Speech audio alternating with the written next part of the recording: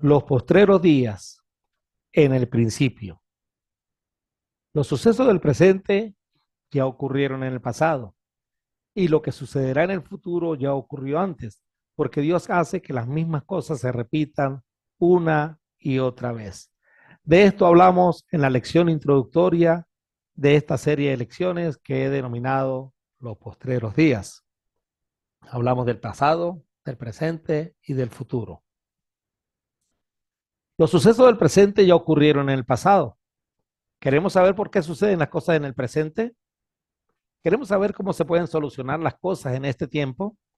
Pues echemos un vistazo al pasado. Lo que sucederá en el futuro ya ocurrió antes. ¿Queremos saber lo que sucederá en el futuro? Pues echemos un vistazo al presente y al pasado. ¿Se puede aprender de la experiencia ajena? Proverbios 6:6 dice, tú, holgazán, aprende una lección de las hormigas, aprende de lo que hacen y hazte sabio. ¿Se puede aprender de la experiencia ajena? Sí, y eso hace sabio a una persona. Podemos aprender de la naturaleza y de todo lo que nos rodea. El que aprende de la experiencia ajena es sabio, hermanos. Ese dicho que dice que nadie aprende con lecciones ajenas, eso no está de acuerdo con las escrituras. Nosotros podemos aprender de experiencia ajena y eso es ser sabio. Porque Dios hace que las mismas cosas se repitan una y otra vez. Es el mismo Señor el que hace que esto sea así. Con Dios hay seguridad y esperanza. Salomón, cuando escribió estas palabras, estaba hablando de ciclos. Dios mantiene los ciclos en marcha. El cuidado de Dios representa seguridad y esperanza, especialmente para su pueblo. Nos queda a nosotros aprender de la historia. Como dije en la lección anterior, bendecidos nosotros los que vivimos en esta generación, ya que podemos observar el claro cumplimiento de cada una de las profecías, gracias a que podemos conocer el pasado y tenemos nuestras Biblias. La eternidad, la línea del tiempo, estamos en siglo XXI después de Cristo. La línea del tiempo se divide antes de Cristo o el tiempo se divide en antes de Cristo y después de Cristo. Antes de Cristo estaba la era patriarcal, Adán, Abel, Set, Noé, Abraham, Isaac, Jacob, José, Moisés, hasta el monte Sinaí, donde le fue dada la ley a Moisés. Luego vino la era judaica, a partir de Josué, jueces, Saúl, David, Salomón, el reino dividido, norte y sur, la cautividad del reino del norte por los asirios, la cautividad del reino del sur por los babilónicos o los babilonios, luego el regreso a Jerusalén de parte de los que habían sido cautivos en Babilonia, regresan a Judá, ahí regresa la tribu de Judá y ahí es donde prácticamente se comienza a llamar a los hebreos judíos. Después vino 400 años de silencio desde Malaquías hasta Juan el Bautista, 400 años donde Dios hizo que el imperio griego o Antíoco Epifanes hiciera lo que le diera la gana con Jerusalén y el templo. Después vino el tiempo de la era cristiana, establecimiento de la iglesia o del reino, la guerra espiritual, de la cual vamos a hablar también en estas lecciones, los 1000 años, que también formará parte de estas lecciones, y la segunda venida de nuestro Señor Jesús. Vamos a hablar los postreros días, la era cristiana. Todas estas lecciones las vamos a tener, todos estos puntos los vamos a tener en nuestras lecciones. La apostasía, por qué se desvió la fe, por qué hay tantas iglesias, todo eso lo vamos a hablar en estas lecciones. Pero para conocer esto es necesario conocer parte de esto. Y para conocer lo que vendrá es necesario conocer todo esto. Y luego viene eternidad. Es un panorama de lo que vamos a estudiar nosotros en estas lecciones. La historia bíblica gira en torno a Cristo y a su pueblo. En la lección introductoria aprendimos que antes del tiempo hubo eternidad. El tiempo tiene un principio y tiene un fin, así como la creación tiene un principio y un fin. Durante la eternidad, Dios planificó llevar muchos hijos a la gloria. Durante el tiempo, el hombre tiene la oportunidad de escoger pasar la eternidad con Dios. Hoy comenzaremos a estudiar desde el principio, pues conociendo el pasado podemos entender mejor nuestro presente y conocer el futuro. Repito el texto de Eclesiastés 3:15, los sucesos del presente ya ocurrieron en el pasado y lo que sucederá en el futuro ya ocurrió antes, porque Dios hace que las mismas cosas se repitan una y otra vez. Grábese este texto de memoria, hermano. El principio. En el principio creó Dios los cielos y la tierra. Génesis capítulo 1, versículo 1. Y durante 5 días ordenó y creó una serie de cosas con el firme propósito de crear un ambiente propicio para la vida humana. Eso lo encuentra usted en Génesis capítulo 1, versículos 2 al 25. En el primer día dijo Dios, sea la luz, y fue la luz. Y vio Dios que la luz era buena, y separó Dios la luz de las tinieblas, y llamó Dios a la luz día, y a las tinieblas llamó noche. Y fue la tarde y la mañana un día. Se estableció el tiempo. Aunque las lumbreras no fueron puestas sino hasta el cuarto día, precisamente para separar el día de la noche y medir el tiempo, Dios desde el primer día ya nos habla del mismo, ya nos habla de tiempo. Fue la tarde y la mañana un día. Dios creó el tiempo. ¿Quién crearía el tiempo? Me pregunta la gente. Dios creó el tiempo. En el principio creó Dios los cielos y la tierra. La tierra estaba desordenada, vacía, y las tinieblas estaban sobre la faz del abismo, y el Espíritu de Dios se movía sobre la faz de las aguas. En el principio, Dios decidió crear el universo con una estructura aún no descifrada por el hombre, descubriendo a través de los años lo inconmensurable del mismo, lo inconmensurable del universo. En el principio nos indica el comienzo de algo, el comienzo del universo, el comienzo de la Tierra. Hablemos un momento del universo. La revista Muy Interesante, en un artículo publicado el día 24 de febrero del año 2022 del señor Miguel Ángel Sabadell y titulado ¿Cuál es la estructura más grande del universo?, nos dice: a principios de septiembre de 2014, la revista Nature publicaba un artículo donde un grupo internacional de astrónomos dirigido por R. Brent Tolley de la Universidad de Hawái mostraba cuál era el supercúmulo al que pertenece nuestra galaxia, la Vía Láctea. Hasta ese entonces, los astrónomos nos habían colocado en el supercúmulo de Virgo, pero ahora parece ser que pertenecemos a una nueva superestructura aún mayor, bautizada con el nombre de Laniakea, una palabra hawaiana que significa cielo, Lani, inconmensurable, Akea. Y ciertamente es inconmensurable. Tiene un tamaño de 520 millones de años luz. Alberga más de 100,000 galaxias de tamaño parecido a la Vía Láctea, junto a un número indeterminado de otras más pequeñas que contienen en total 1,000 billones de soles. Finalmente hemos establecido los límites que definen el supercúmulo de galaxias que podemos llamar hogar, ha dicho el astrónomo norteamericano. Cuando la Biblia dice, en el principio creó Dios los cielos y la tierra, se está refiriendo, cuando dice los cielos, se está refiriendo a ese inconmensurable universo.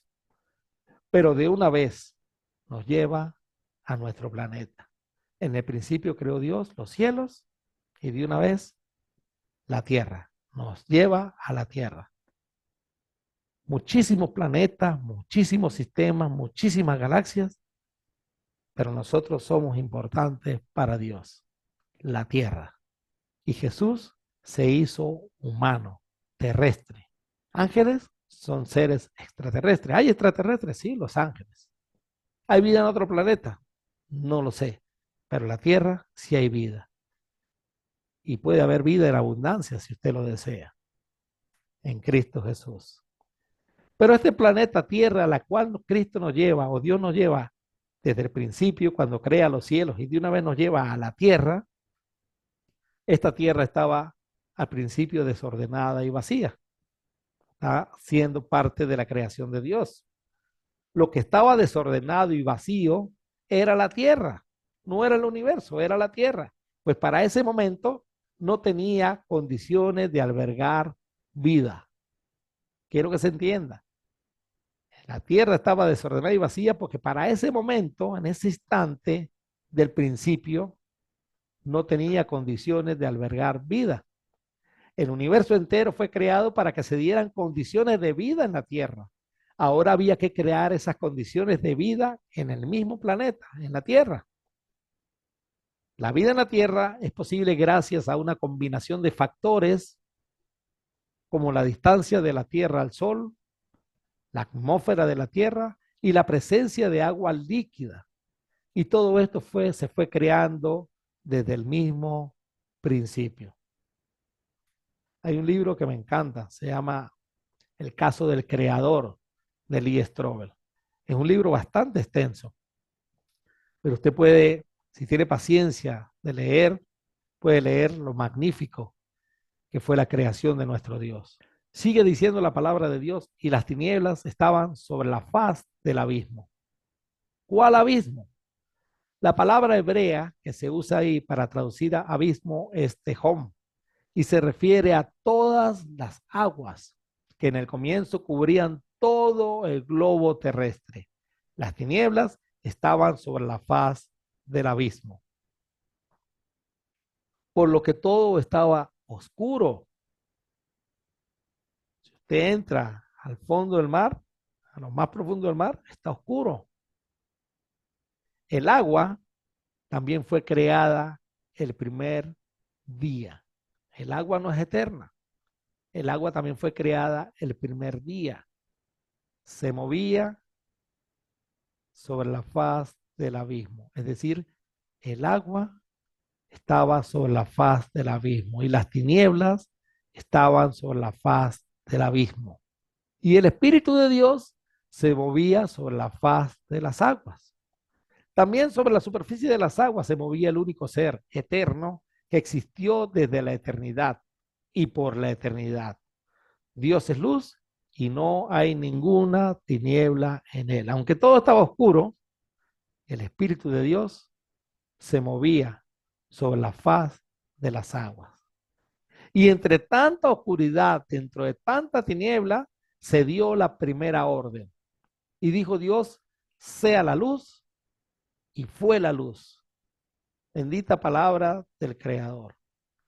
Antes de poner cualquier otra cosa, dijo Dios, sea la luz, y fue la luz. Y la luz rompe con las tinieblas. Y vio Dios que la luz era buena, y separó Dios la luz de las tinieblas. Y llamó Dios a la luz día, y a las tinieblas llamó noche. Y fue la tarde y la mañana un día, el primer día. Y todo esto fue creado en el primer día, en el principio, cuando comenzó el tiempo. El universo, la tierra, el agua, las tinieblas, la luz. Todo esto fue creado el primer día. Segundo día, dijo Dios, haya expansión en medio de las aguas y separe las aguas de las aguas. E hizo Dios la expansión y separó las aguas que estaban debajo de la expansión de las aguas que estaban sobre la expansión. Y fue así, y llamó Dios a la expansión cielos, y fue la tarde y la mañana el día segundo. Hubo una separación de las aguas. Comenzó Dios a ordenar, a poner en su sitio lo que recién había creado. Todo con el firme propósito de dar vida a los que iban a habitar en este hermoso planeta. Fíjense que todo con el propósito de que el hombre viniera a este mundo. Qué hermoso. Seamos importantes para Dios. Tercer día, Dijo también Dios, júntense las aguas que están debajo de los cielos en un lugar y descúbrase lo seco. Y fue así. Dios llamó a lo seco tierra y a la reunión de las aguas llamó mares. Y vio Dios que era buena. Después dijo Dios, produzca la tierra hierba verde, hierba que dé semilla, árbol de fruto que dé fruto según su género, que su semilla esté en él, sobre la tierra. Y fue así. Produjo pues la tierra hierba verde, hierba que da semilla según su naturaleza, y árbol que da fruto cuya semilla está en él, según su género. Y vio Dios que era bueno, y fue la tarde y la mañana del día tercero. Ya todo fue agarrando forma. Separó las aguas a la tierra, a los mares. Ahora en la tierra va a producir hierba verde, árboles, semillas, frutos. En el tercer día ya el plan que tenía Dios de que hubiese vida humana sobre este planeta estaba en marcha. Cuarto día, dijo luego Dios, haya lumbreras en la expansión de los cielos para separar el día de la noche y sirvan de señales para las estaciones, para días y años, y sean por lumbreras en la expansión de los cielos para alumbrar sobre la tierra. Y fue así. E hizo Dios las dos grandes lumbreras, la lumbrera mayor para que señorease en el día y la lumbrera menor para que señorease en la noche. Hizo también las estrellas y las puso Dios en la expansión de los cielos para alumbrar sobre la tierra y para señorear en el día y en la noche y para separar la luz de las tinieblas. Y vio Dios que era bueno y fue la tarde y la mañana el día cuarto. La tierra necesitaba del calor del sol. La tierra está puesta en un sitio estratégico donde si se acerca mucho, no hay vida en este planeta, y donde si se aleja, tampoco hay vida en este planeta.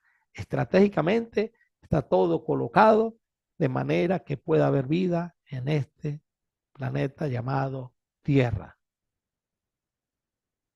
Quinto día, dijo Dios, produzcan las aguas seres vivientes y aves que vuelen sobre la tierra en la abierta expansión de los cielos. Y creó Dios los grandes monstruos marinos y todo ser viviente que se mueve, que las aguas produjeron según su género, y toda ave alada según su especie. Y vio Dios que era bueno, y Dios lo bendijo, diciendo, fructificad y multiplicaos y llenad las aguas en los mares y multiplíquese las aves en la tierra. Y fue la tarde y la mañana el día quinto. En el día cuarto, la tierra empezó a producir. En el día quinto, las aguas comienzan a producir seres vivientes, peces, los grandes monstruos marinos y también las aves. Fueron todas creadas en el quinto día. Ya todo iba por orden. En el sexto día, luego Dios dijo, produzca la tierra seres vivientes según su género, bestias y serpientes y animales de la tierra según su especie. Y fue así. E hizo Dios animales de la tierra según su género y ganado según su género y todo animal que se arrastra sobre la tierra según su especie. Y vio Dios que era bueno. Entonces ahora le corresponde a la parte terrestre. Todo en miras a que haya vida en este planeta, vida humana. Hasta este momento hay vida de naturaleza animal, hay vida de naturaleza vegetal, antes del principio la vida de naturaleza divina, y ahora va a venir la vida de naturaleza humana. Entonces dijo Dios, hagamos al hombre a nuestra imagen, conforme a nuestra semejanza, y señoré en los peces del mar, en las aves de los cielos, en la bestia, en toda la tierra y en todo animal que se arrastra sobre la tierra. Y creó Dios al hombre a imagen de Dios lo creó, varón y hembra los creó. Vida de naturaleza humana, conforme a la imagen de nuestro Dios, conforme a su semejanza. El hombre iba a ser de naturaleza humana, pero iba a ser tener una vida espiritual. El hombre iba a estar compuesto de cuerpo, alma y espíritu. Cuando dice hagamos al hombre a nuestra, ¿quiénes? Pues los tres únicos seres que habitaban la eternidad y que son de una misma naturaleza. Dios, el verbo de Dios y el Espíritu de Dios, tal y como lo estudiamos en nuestra lección introductoria. ¿Y qué de los demás seres espirituales como ángeles, serafines, querubines, arcángeles? Dice la Biblia en Colosenses 1:16, porque en Él, en Cristo, fueron creadas todas las cosas, las que hay en los cielos y las que hay en la tierra, visibles e invisibles, sean tronos, sean dominios, sean principados, sean potestades, todo fue creado por medio de Él y para Él. Dios creó todo tipo de vida terrestre, todo tipo de naturaleza, vegetal, animal, humana, todo fue creado por Dios. Vida de tipo extraterrestre, como los ángeles, seres visibles, seres invisibles, sean tronos, sean dominios, sean principados, sean potestados, todo fue creado por medio de Él y para Él. Todo, absolutamente todo fue creado por nuestro Dios. No hay nada. En el principio solamente estaban Dios, el verbo de Dios y el Espíritu de Dios. Nada más. Dios también creó a otros seres espirituales. Probablemente haya sido antes de que el ser humano fuese creado. No lo sabemos, la Biblia no lo dice. Lo cierto es que ellos fueron creados para por lo menos dos propósitos. Estos seres espirituales, como los ángeles, serafines, querubines, arcángeles, fueron creados por lo menos con dos propósitos. Uno, adorar al Señor Jesús, como dice Hebreo, adórenle todos los ángeles de Dios, porque son criaturas y hay que adorar al Creador. Y dos, todos estos seres espirituales son enviados para el servicio a favor de los que serán herederos de la salvación. Entonces, esto también son para nuestro servicio, para el servicio del ser humano. Ahora imagínense, hermano, el universo fue creado para que la tierra sea sostenible. La tierra fue creada para que haya vida humana. Todo lo que hubo en la creación es para que el hombre, enfocado en que el hombre viva. Los ángeles de Dios para servicio de los que serán herederos de la salvación. Todo enfocado en ese ser creado a imagen y semejanza de nuestro Dios. ¿Es el hombre importante para Dios? Por supuesto que sí. ¿Es el hombre ingrato? Por supuesto que sí. El hombre fue puesto para enseñorearse de la tierra y señorea en los peces del mar, en las aves de los cielos, en las bestias, en toda la tierra y en todo animal que se arrastra sobre la tierra. Isaías 43:7 dice que Dios nos creó al ser humano para su gloria. El hombre es la pincelada perfecta de Dios. Puede imaginarse a Dios como el arquitecto divino, como el pintor, como el artista, como todo. Creó todo y lo único que le faltaba era su firma. Y su firma era el hombre, para que se enseñorease de todo lo que él había creado. Todo. Los seres espirituales invisibles, como los ángeles, como los serafines, como los querubines, como los arcángeles, también fueron creados a la imagen de Dios y comenzaron a habitar en su gloria, pero al hombre se le dio toda una creación para señorearla. Este plan no fue del agrado de alguno de estos seres espirituales, quienes en algún momento, después de la creación, decidieron rebelarse contra Dios, hiriendo al hombre, al ser que Dios amaba y a quien le había dado todo lo creado. Envidia sintieron algunos de estos seres espirituales. Se preguntaban, ¿por qué Dios le ha dado al hombre y no nos lo dio a nosotros?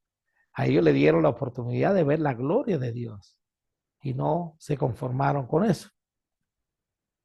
Uno de ellos, de estos seres espirituales, tomando forma de serpiente, engañó a la primera pareja humana, haciendo que ésta desobedeciera al Señor.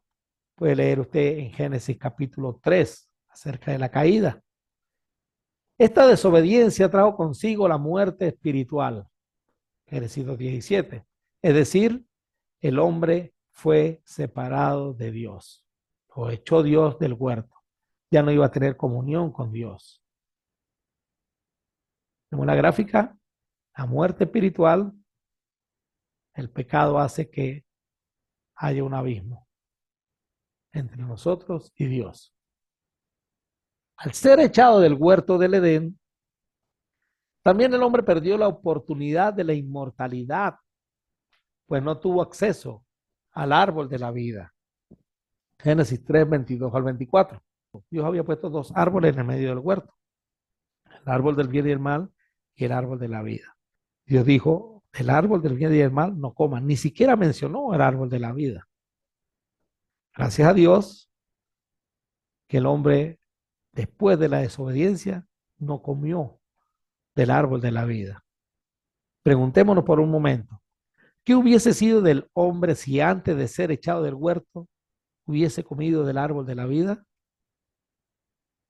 Si el hombre hubiese comido del árbol de la vida antes de ser echado del huerto, sería condenado eternamente. Una inmortalidad separada de Dios. La muerte espiritual es parte de la misericordia de Dios. Dios había ya planificado algo para que el hombre volviera a reencontrarse con él. El tiempo y la eternidad. Antes del tiempo, como dijimos en la lección introductoria, hubo eternidad. Y durante el tiempo, Dios sigue viviendo en la eternidad. El Padre sigue viviendo en la eternidad. Dios, el Verbo, el Espíritu, y en la eternidad sigue estando Dios, el Verbo y el Espíritu. En el principio hubo la muerte espiritual, el hombre separado de Dios por causa del pecado. También hubo la muerte física, porque no se le dio oportunidad al hombre de comer del árbol de la vida. Pero según nos declara la Escritura, esta desobediencia del hombre no tomó al Creador de sorpresa, pues desde antes de la fundación del mundo ya sabía lo que iba a suceder y cómo lo iba a resolver. Dice Efesios 1:4 en la nueva traducción viviente, incluso antes de haber hecho el mundo, Dios nos amó y nos eligió en Cristo para que seamos santos e intachables a sus ojos. Dios decidió de antemano adoptarnos como miembros de su familia al acercarnos a sí mismo por medio de Jesucristo. Eso es precisamente lo que él quería hacer y le dio gran gusto hacerlo. El hombre había perdido su condición anterior. Desde el mismo momento de la caída, Dios pone a funcionar el plan diseñado en la eternidad. El hombre volvería a retomar su condición inicial por medio de Cristo. Esa condición que perdió, la volvería a retomar por medio de Cristo. Porque a los que antes conoció, también los predestinó para que fuesen hechos conformes a la imagen de su Hijo, para que él sea el primogénito entre muchos hermanos. El plan de Dios, hermanos, se cumpliría. El hombre obediente iría a la gloria por la eternidad. Y el ser espiritual invisible que había tomado forma de serpiente fue castigado e incluso condenado al infierno por la eternidad. No va a tener él ni ninguno de los ángeles o criaturas invisibles que se revelaron parte de la gloria en la eternidad con Dios. Entonces dirá también a los de la izquierda, apartados de mí, malditos, al fuego eterno, preparado para el diablo y sus ángeles. Tenemos entonces nuevamente la gráfica eternidad, tiempo, eternidad. La eternidad que seguía al tiempo se divide en dos. Esta. Vida eterna, gloria, para el hombre que quiere estar con Dios por la eternidad. Pero como dije en la lección introductoria, el hombre que quiere estar con Dios por la eternidad tiene que permitir que Dios esté con él durante el tiempo. Una comunión con Dios durante el tiempo va a permitir que nosotros podamos tener una comunión con Dios durante la eternidad. Y castigo, condenación eterna para el diablo, para sus ángeles y todo hombre que no desee estar con Dios por la eternidad. Dice la Biblia en 2 Tesalonicenses capítulo 1, versículo 9, los cuales sufrirán pena de eterna perdición, excluidos de la presencia del Señor y de la gloria de su poder. Y no hay eternidad neutra. Es una de esas dos, vida eterna o condenación eterna. Pero mientras que eso sucediera, durante el lapso que ubicamos entre llaves que denominamos tiempo, ambos iban a permanecer en la creación. El hombre con la oportunidad de ir y disfrutar la gloria eterna en la presencia de Dios, y el diablo y sus ángeles con una sentencia firme e irrevocable. condenación eterna. Pero el que esté aquí, el hombre que esté aquí, tiene la oportunidad de elegir disfrutar la gloria eterna con la presencia de Dios. El diablo y sus ángeles no desean que el hombre vaya a la gloria eterna. Por eso, durante el tiempo, buscarán la manera de que el hombre, a través de su desobediencia, vaya a acompañarlo a la condenación eterna. Y ahí comienza lo que hemos nosotros denominado una guerra espiritual. Y pondré enemistad entre ti y la mujer, y entre tu simiente y la simiente suya. Esta te herirá en la cabeza y tú le herirás en el calcañar. La guerra espiritual es algo que Dios no solo permite, sino que la produjo. Pondré enemistad. Fue Dios el que puso la enemistad. Esta guerra espiritual tendría dos bandos, el diablo y su simiente, la mujer y su simiente. Conozcamos ambos bandos. La serpiente y su simiente. Si el libro de Génesis no lo declara, ¿cómo sabemos que la serpiente antigua es el diablo? Lo sabemos gracias a que la misma simiente de la mujer, o sea, Cristo, se lo reveló al apóstol Juan. Y fue lanzado fuera el gran dragón, la serpiente antigua, que se llama Diablo y Satanás. Apocalipsis 12:9. Y prendió al gran dragón, la serpiente antigua, que es el diablo y Satanás. Apocalipsis 22. También gracias a que el Espíritu Santo se lo reveló al apóstol Pablo, 2 Corintios 11, 3 y 14. Pero temo que como la serpiente y con su astucia engañó a Eva, vuestros sentidos sean de alguna manera extraviados de la sincera fidelidad a Cristo. Y no es maravilla porque el mismo Satanás se disfraza como ángel de luz. De la misma manera como Satanás tomó forma de serpiente, puede tomar forma de cualquier otra criatura, aun siendo ángel de oscuridad, toma forma de ángel de luz. Hay que estar muy pendiente, porque lo que está diciendo el apóstol Pablo, me temo que como la serpiente con su astucia engañó a Eva, también nuestros sentidos sean de alguna manera extraviados de la sincera fidelidad a Cristo. Porque este es el propósito de él, extraviarnos de la sincera fidelidad a Cristo. Y va a buscar la manera de disfrazarse de alguna manera, como lo vamos a ver en el transcurso de la historia y de estas lecciones, para engañar la fe de los escogidos, para que se extravíen de la sincera fidelidad a Cristo. La serpiente y su simiente, Satanás y el reino del mal. Satanás tenía el imperio de la muerte. A partir de la caída, Satanás tuvo el imperio de la muerte. Al engañar a la primera pareja humana, hizo que ésta muriera espiritualmente. Y a partir de allí, el diablo creó un reino de tinieblas y esclavizó al hombre a ser parte de su imperio. La mujer y su simiente. Jesús, nuestro Señor, es la simiente de la mujer. Por tanto, el Señor mismo os dará señal. He aquí que la Virgen concebirá y dará a luz un hijo y llamará su nombre Emmanuel. Isaías 7:14. Entonces María dijo al ángel, ¿cómo será esto? Pues no conozco varón. Respondiendo el ángel le dijo, el Espíritu Santo vendrá sobre ti y el poder del Altísimo te cubrirá con su sombra. Por lo cual también el santo ser que nacerá será llamado Hijo de Dios. El nacimiento de Jesucristo fue así. Estando desposada María, su madre, con José, antes que se juntasen, se halló que había concebido del Espíritu Santo. Pero cuando vino el cumplimiento del tiempo, Dios envió a su Hijo, nacido de mujer y nacido bajo la ley. Jesús entonces, la simiente de la mujer, el cumplimiento de la profecía de Isaías 7:14, no hubo necesidad de varón para que Jesús viniera al mundo. Simiente de la mujer, engendrado por el Espíritu Santo. Nacido de mujer, Dios se hizo carne en el vientre de María. En el principio era el verbo y el verbo era con Dios y el verbo era Dios y este en el principio con Dios.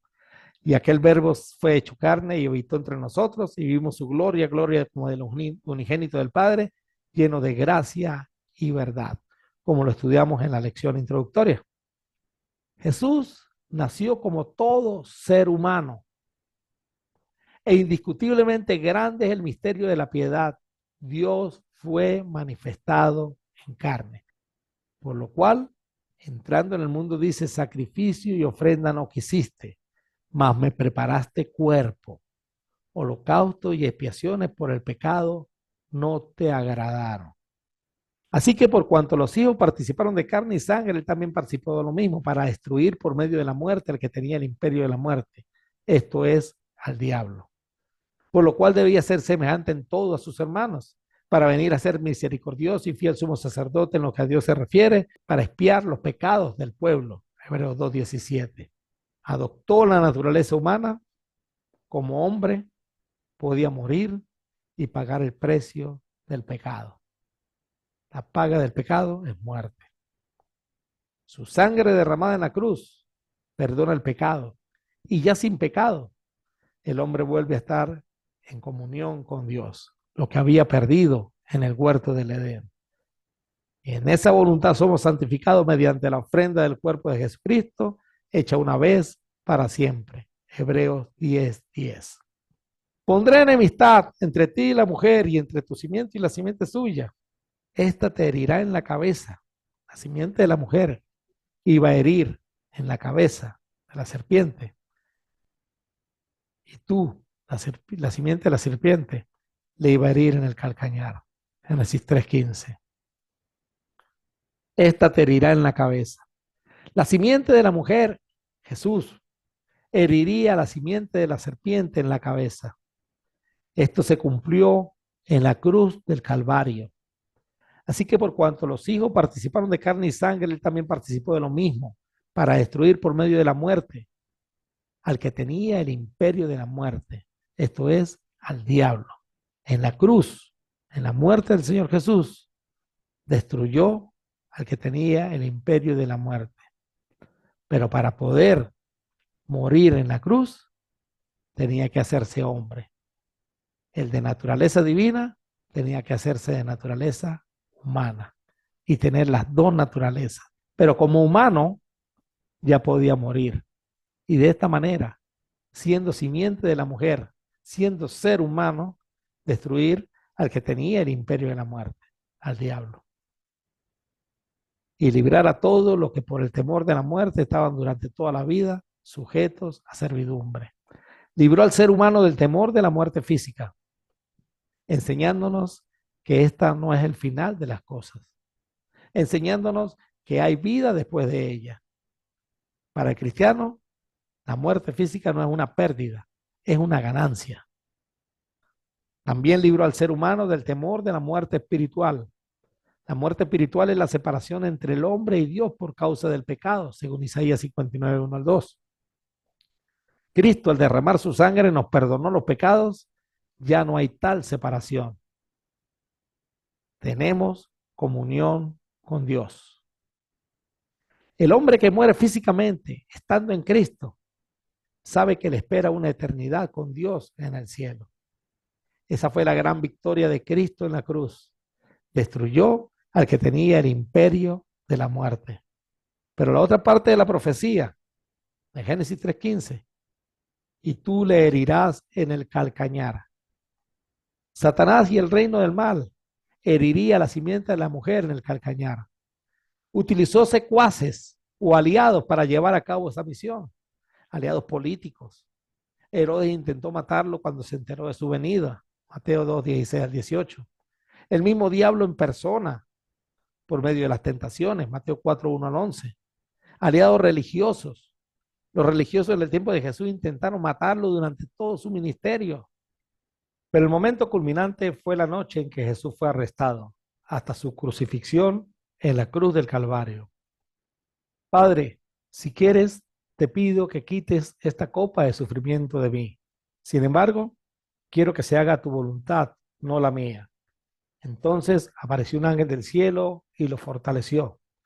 Oró con más fervor y estaba en tal agonía de espíritu que su sudor caía a tierra como grandes gotas de sangre. Lucas 22:42-44.